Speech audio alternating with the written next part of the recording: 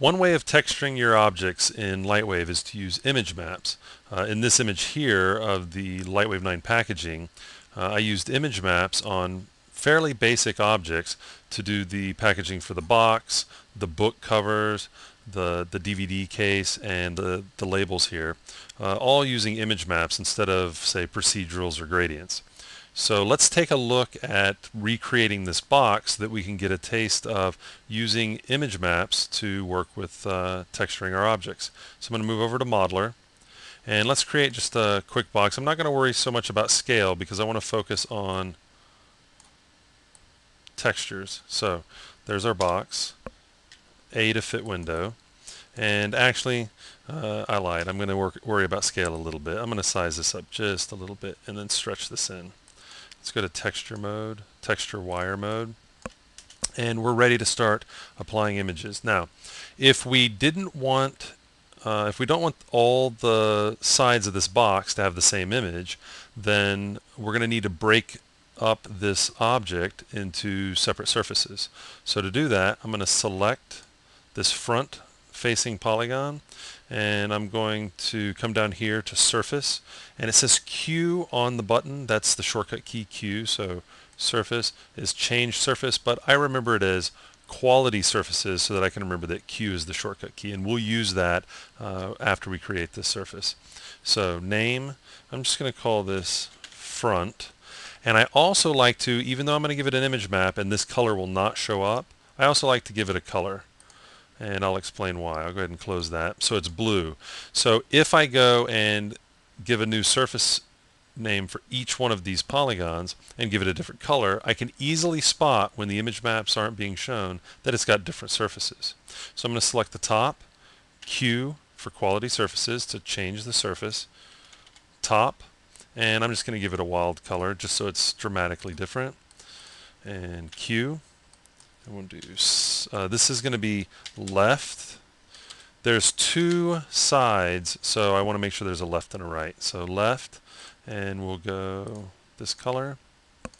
Color is really not important, just something different so we can spot it right away. Q, and we'll call this right. And let's go with green. And I'll select the bottom polygon of the box, and Q. Bottom, and we'll make this red. And one last one. I'm going to spin this around, select the back, and call this back. And let's just make it orange. Okay, so I've got a lot of different surface names here. I got 6 different surface names, all different colors. So see, as you spin around, you can go, yep, each one of those has got a different surface. Otherwise, 2 of the polygons would be sharing the same color. So now what I can do is start applying textures instead of just this basic RGB value. So I'm going to head over to my image editor, and I'm going to load some images. So back, bottom, front, left, right, top, those are all of our sides. Okay, and we can see them here in the list, and we get a little display view right here so we can check it out. If we wanted to see a closer look at this, all we really need to do is double click right here, and it opens up, this is a really big image, it opens up our image viewer so we can check out the image. But this is a good little thumbnail preview of what we're going to be working with. So I'm going to close that, and now we can start applying our surfaces. I'm going to make sure that I'm in texture wire or texture mode so that when I apply the image I can see it in OpenGL. So I'm going to go over to the surface editor. Now we could use the node editor, but right now the node editor won't display it in OpenGL if we apply images here. So I'm going to go ahead and just go over to the texture editor, but it works both ways, whether you use the edit nodes or the texture editor. Okay, you have the same options. So layer type, we're going to keep it to image map. Go ahead and keep all this the same. For projection, we are going to use planar. We've got planar, cylindrical, spherical, cubic, front, and UV. For this, we're going to use planar. The image, well, I'm working with the back. Right here, we can see in the title bar, it's saying which surface I'm working in. So for the back, I'm going to choose back. I'm going to map it down the Z. Let me go ahead and close my surface editor for a second. We can see that this is the Z-axis, and our back facing polygon, well, that's running down the Z. So I'm going to pick Z, and I'm going to click Automatic Size. Instead of changing my scale down here, if I hit Automatic Size, it uses the bounding box, the outermost points, to map it. Let's see. Here we go. Now, just discovered something interesting. If we look, this should be 09 and not a backwards 9 and a 0 here. So we need to flip it. Now, what a lot of people do, especially new users, they go into image editing package like Photoshop or even MS Paint, and they'll flip the image there. But there's really no need if we understand how this is being mapped. If our image is being mapped towards the positive, well, our back polygon here, it would be mapped on the other side going down the negative. So what we need to do is across the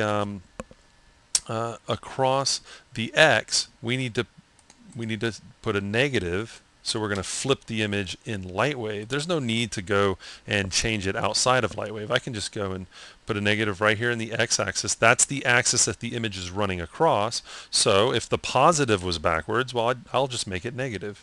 And we'll have to do that a couple times while we're texturing in order to get this mapped properly. Make sure that you map your textures correctly, or you'll have backwards images, which is never good.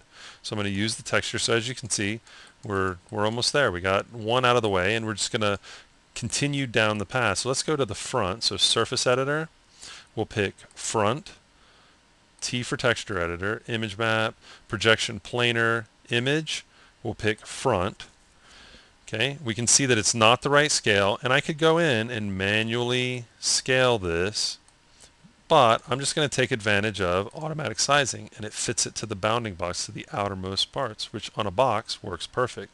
So use texture. Let's go to Top, T for Texture Editor, Top. Now the top needs to be mapped down the Y-axis. This polygon is facing the Y, and automatic size. Use texture. Let's go to the bottom, and we'll go to T for Texture Editor, Planar, bottom. We need to map it in the Y as well. Let's do automatic size, but let's zoom in because I want to just see. Lightwave is backwards. That's not going to work for us. Now, should I go into the X and type in a negative? Well, that worked for us when we were doing the back image, but for the bottom, this texture is being mapped across the Z. It's through the Y, but across the Z. So actually, we need to flip it in the Z. And now when we zoom in, we'll see that Lightwave is going in the right direction. Okay, so we just got two more faces to do. Let's hop over to left, which will be this face right here. T for Texture Editor, Image. We'll choose left. We're going to map it texture axis X, automatic size. We got a backwards texture again. So for the axis, which axis is it? It's through the X. You know, the X is running this way, but it's across the Z. So we'll do the same thing we did for the bottom and put a negative value.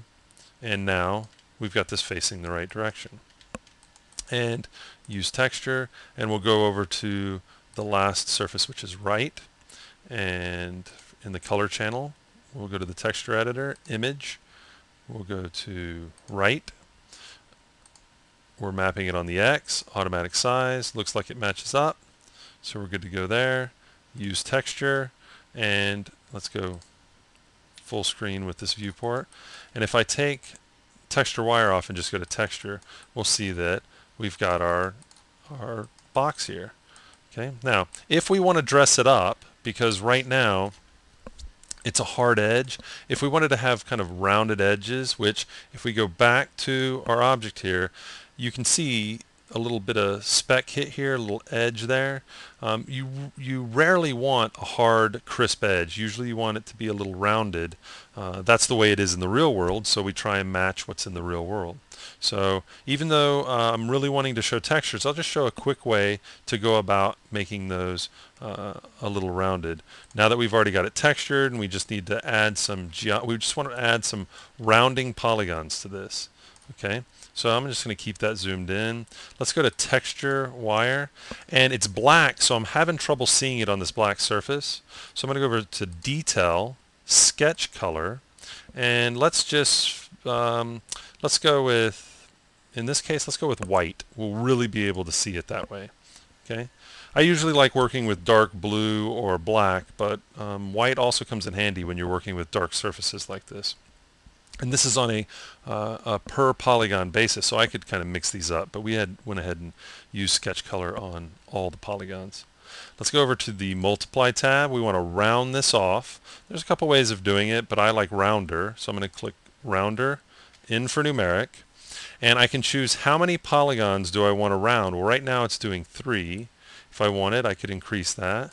Get some new geometry in there, and for the inset distance, I can really round this off, or, which I really don't want to do, let's do 50 millimeters. Okay, and so now we have it rounded. Now if I go ahead and commit to that, you're not seeing the white sketch color on this wireframe because it's newly created geometry.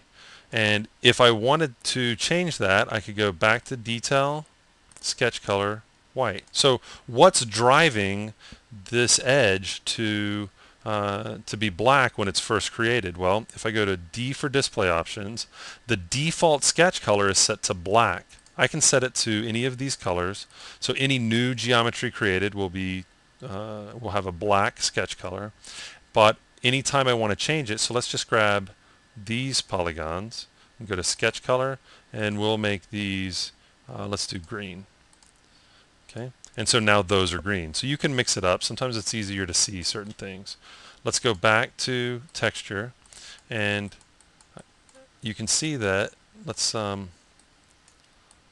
at this angle. You can see now we got a rounded box.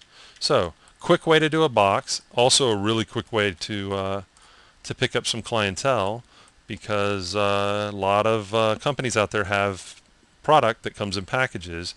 So quick way to go about recreating in this case, the Lightwave 9 box. But really what we were looking at is using image maps for texture. So whether your image maps come from photos that you take or textures that you hand paint or manipulate in Photoshop, this could be a solution for getting them mapped onto your geometry.